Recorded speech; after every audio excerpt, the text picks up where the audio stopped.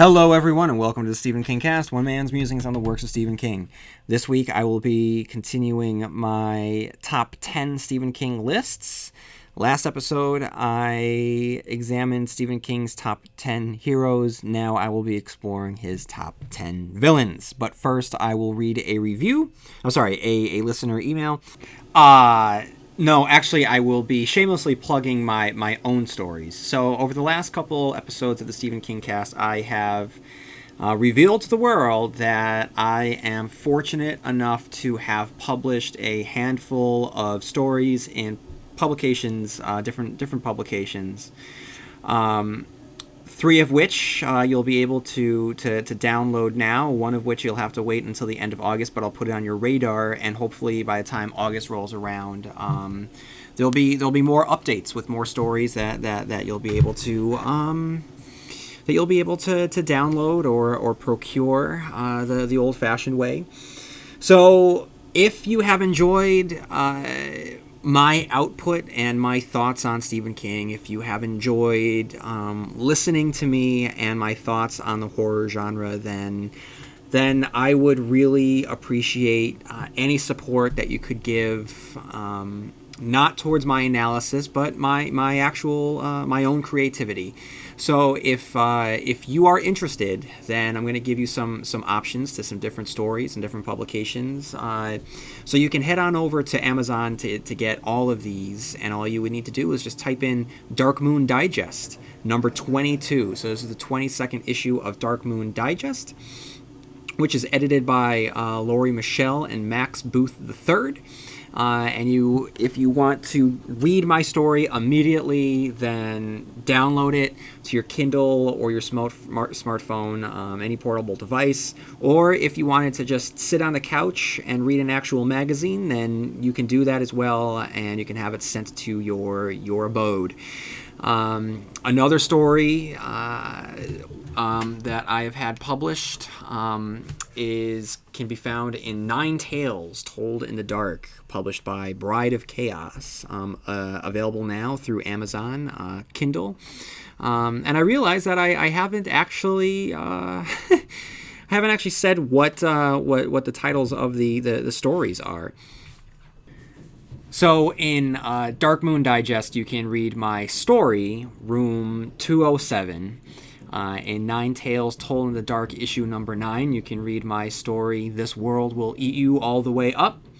In the anthology Wax and Wane, A Gathering of Witch Tales, edited by David T. Neal from Nose Touch Press, you'll be able to read my witch-inspired short story, Hopscotch.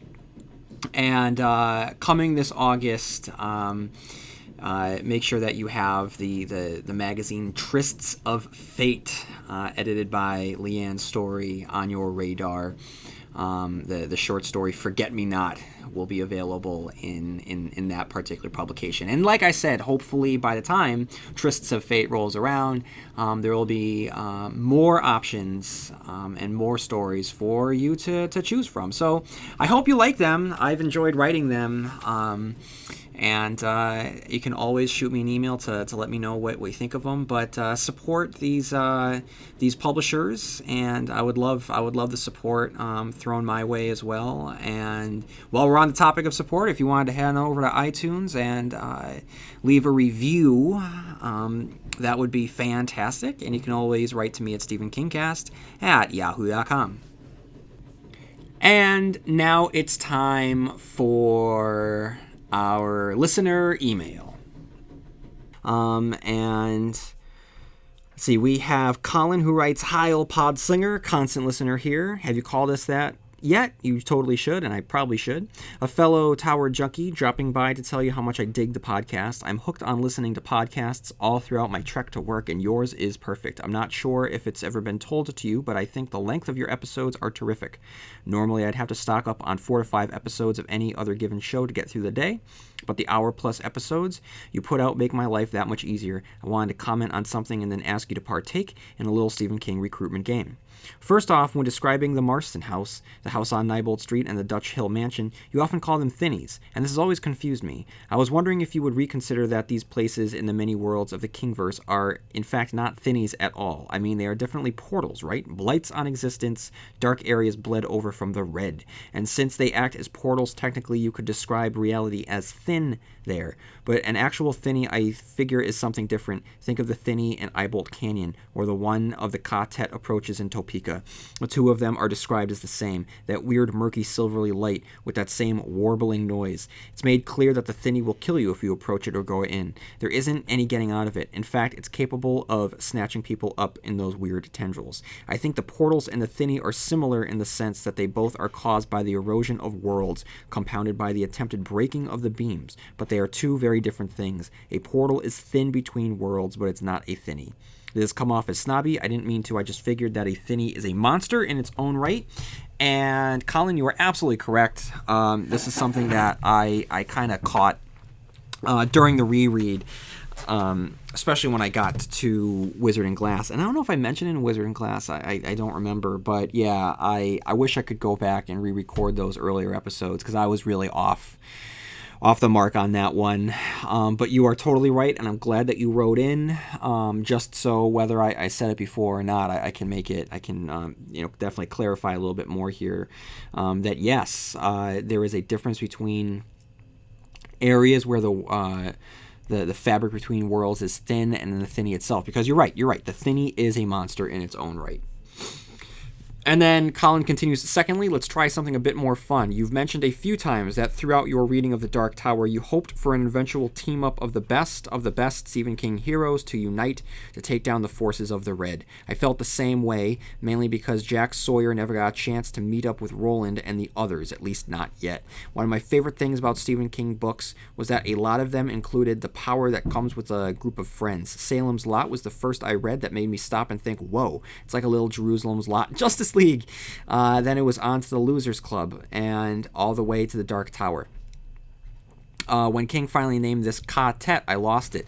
The idea of those bound by a destiny is something that I particularly love about his works, so I've got two games for you in the same vein, and I want everyone to play. That's me saying that. I want everyone to play. You're tasked to create two Tets across the entirety of Stephen King's bibliography. Your first Tet requires you to create a new Ka-Tet of gunslingers on a parallel quest to save the tower. What 4 Stephen King characters would you put together and why? The catch is they cannot be gunslingers themselves. Example, no Cuthbert, no Jake Chambers, no Jamie DeCurry, and who would be Din?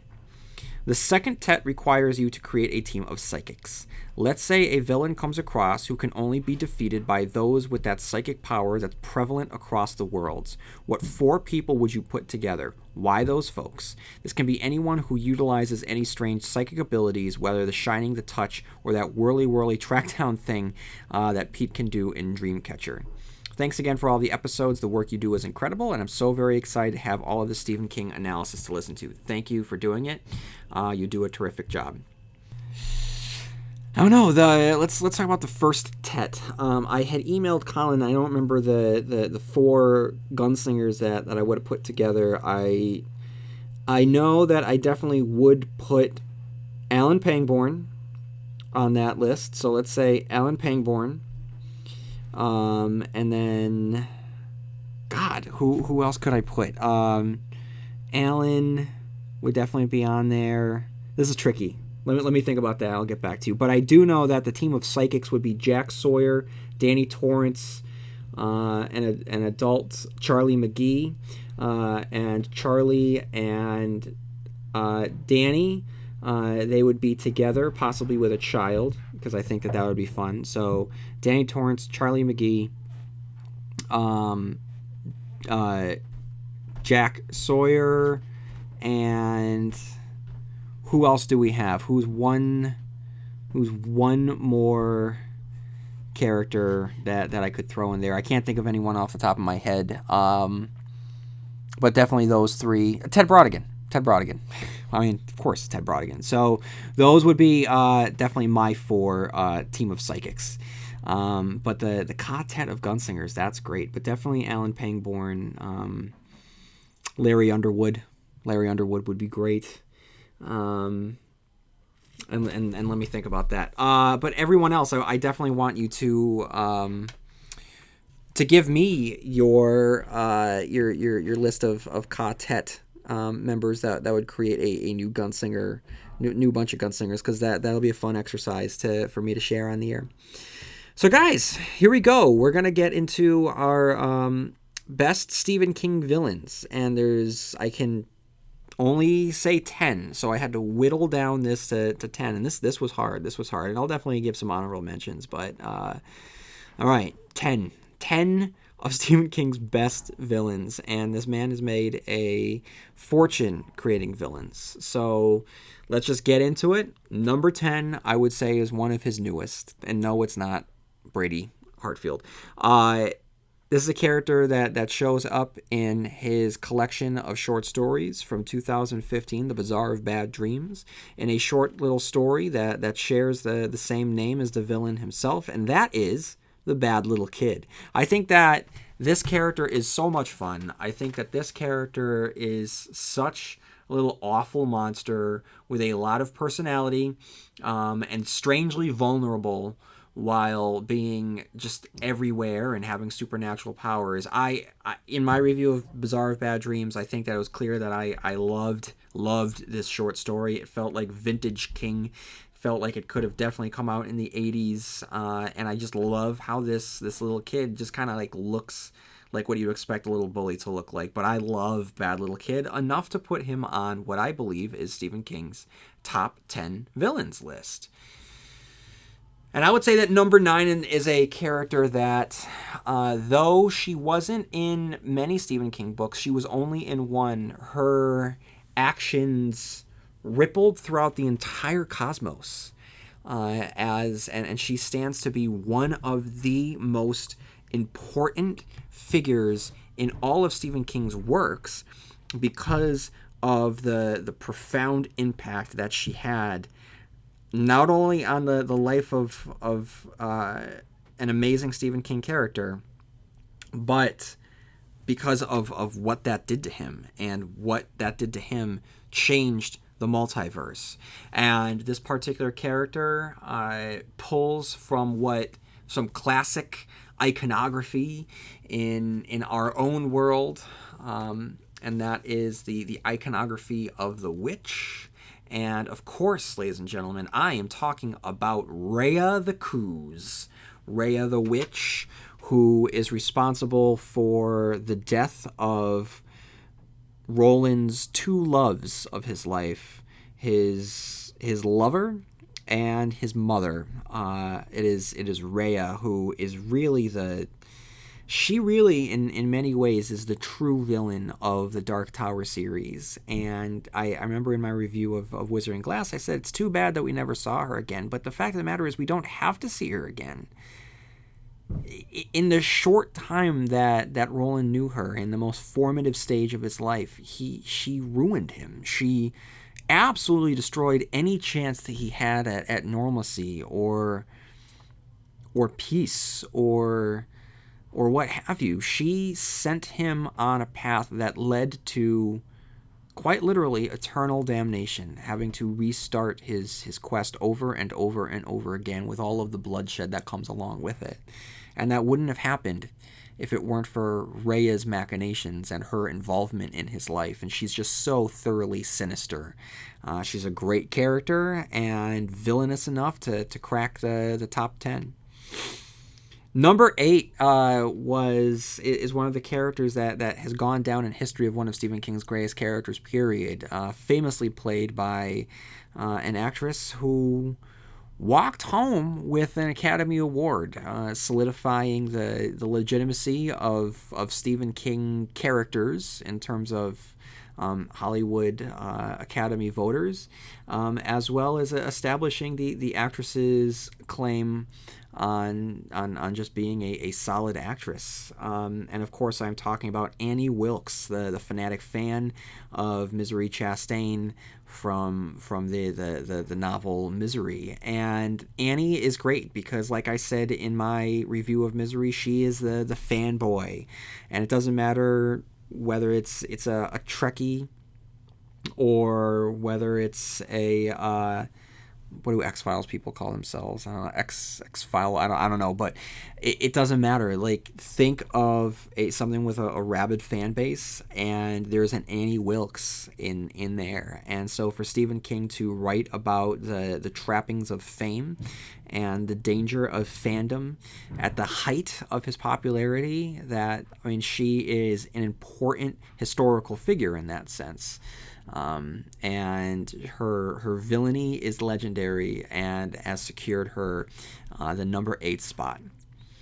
Number 7, I should have probably bumped up higher, but this character, I was shocked at my reread at how much I responded negatively to him for all of the right reasons, how thoroughly awful he was, and he just got under my skin, guys, and that's Todd. It's Todd Bowden from Apt Pupil. He just creeps me out. I think that the fact that you have this not entitled, but privileged. You have this privileged kid that could never want for anything and would have had a perfectly happy life with all the comforts that wealth and good looks and athletics and there's the right place at the right time will give you, and he throws it all of the way to just revel in just becoming evil for the sake of becoming evil, and it's awful. And he just, with this character, King really explores some pretty terrible aspects of humanity, that someone seeks out Nazism, and not necessarily Nazism, but uses Nazism to really just torture people. It's terrible. He's a terrible character. But he's a great villain. Our number 6 is a character that has I don't know, he's like a fairy tale character, an abductor of children. He reminds me of the when Pinocchio gets abducted and just locked in the cage in Pinocchio. So he's a character that crushes the dreams of children in the pages of The Talisman, and that is Osmond and his twinner, Sunlight Gardner, who just, like I said, he's just like this evil fairy tale villain. Even though he isn't the main baddie in that book, he's the one that really steals the show, and he's the one that has the most emotional impact. Because it's because of him that Wolf dies, which just rips our hearts out. So definitely Osmond / Sunlight Gardner.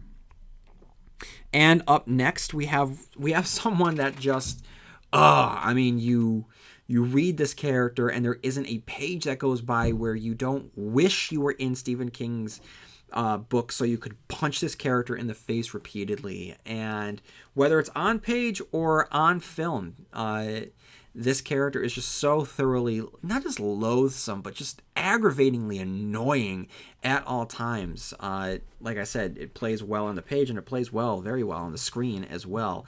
Someone that is just mean for the sake of being mean, pain in the ass for the sake of being a pain in the ass. And that is Percy Whitmore. God, this guy sucks. And he's such a great Stephen King villain. I mean, you can tell that King realized that he had just a gold mine with that character, and he could just wrench any emotion he wanted to with Percy. And I mean, with Percy, we were able to see the better qualities of humanity with the contrasted with the other characters. But man, Percy just, in many ways, like Todd and some of the other characters on this list, he just revels in the anguish of other humans around him. Just and in that desire to cause anguish to other humans, it just really shows the lack of his own humanity. So Percy is our number 5, which brings us to our number 4, the oldest character in Stephen King's villains list, the very, very first Stephen King villain, the legendary, immortalized, dirty pillows. They're all going to laugh at you. Margaret White, played famously by Piper Laurie, and she does a great job. But the character both on paper and on film, is so thoroughly heinous. And Stephen King has gone on to write of religious zealotry on numerous occasions, but there's something so potent and powerful with his first stab at it, no pun intended, and he shows how warped religion can be when you couple religion with mental illness. And Margaret is just awful, and she's an awful, thoroughly awful character that has no redeeming qualities as a human being. And at least our number 3 and our number 2 characters don't have the excuse of not having humanity, because they're not really human. Well, our number 3 is a little bit more human than our number 2. But guys, our number 3 is one of Stephen King's most popular characters. A character so popular that he couldn't be contained to just one book, and has popped up in numerous books under numerous names with numerous plans and schemes. He's the most devilish character in the works of Stephen King. Just a little imp that jumps from book to book and plot to plot and world to world and time to time, just causing chaos as he goes and just reveling in it. And that, of course, is, call him what you will. Call him the Man in Black. Call him Walter Paddock. Call him Walter O'Dim. Call him Richard Fannin. Or the one that I know him by, Randall Flagg. Guys, Flagg, I have spent more time talking about Flagg than any other character in the works of Stephen King, so I think that you're not surprised that he's on the list. You're probably surprised that he's not number 1, but I just feel that in terms of villainy, there are others that are more villainous than him. He's certainly a villain in The Stand, but he is a MacGuffin in The Gunslinger. He is mysterious in The Wastelands. He is just an illusion, really, in The Wizard in Glass. And ultimately, he's a joke. And that's the thing, is that's the big reveal, that this character really is a joke. So once we get to the end of this particular character, we have to take the end and kind of build the entire context of him, and we realize that he's not meant to be the ultimate evil. And there are characters that are much more evil than him that need to go in the number 1 and number 2 spots. But his function as the misdirect and the red herring as to where King would go with that character, just to subvert it and really kind of speak on what we think our real villains are. I think that's genius, and I think that he fits in very well in our number 3 spot, and I think that's very fitting for Randall Flagg, because he himself would consider himself to be number 1. So the fact that he isn't even number 2, I think that number 3 is where he deserves to be. Our number 2 needs to be number 2 or number 1, because this character represents all of the horrors that Stephen King has played with, all of the unfathomable horrors that you cannot comprehend, distilled to one amorphous, shape-shifting evil that is beyond our comprehension. This is basically a thesis personified, and of course I am talking about Pennywise the Dancing Clown from It, who is more than just a killer clown. There have been so many killer clowns throughout fiction, and Pennywise is not just a killer clown. It is a creature. Like I said, it's a concept of what horror is, and this is a character that Stephen King put in place so he could explore the genre that made him famous. So of course Pennywise is going to be, well, I guess we were probably surprised that he's not number 1, but and maybe he should be number 1, or maybe it should be number 1. Excuse me, I need to use the right pronoun. But it's not. The number 1 I decided to put on there because of the world that we're living in, and because this particular character serves as a fable for us. I think that putting number one, the character that I put as our number one, it's a big warning for all of us. And this is Big Jim Rennie. Watch out for the real Big Jim Rennies of the world, because they are out there, guys. And they don't need to have run-down cowboy boots. They don't need to have a clown suit. They don't need to be a spider. They don't need to be thoroughly insane and thump their Bibles. They don't have to have mental conditions and want to work and abuse the inmates. They don't need to be twinners to demonic evil slavers. They don't need to be worshippers of Nazis or crazy fanboys or fangirls. They don't need to be witches or impish little interdimensional bullies. Sometimes they just need to be alpha males or alpha females who are able to inspire the worst in others by just whipping up the worst aspects of ourselves and exploiting anger and hate and prejudice and making scapegoats in order to build themselves up.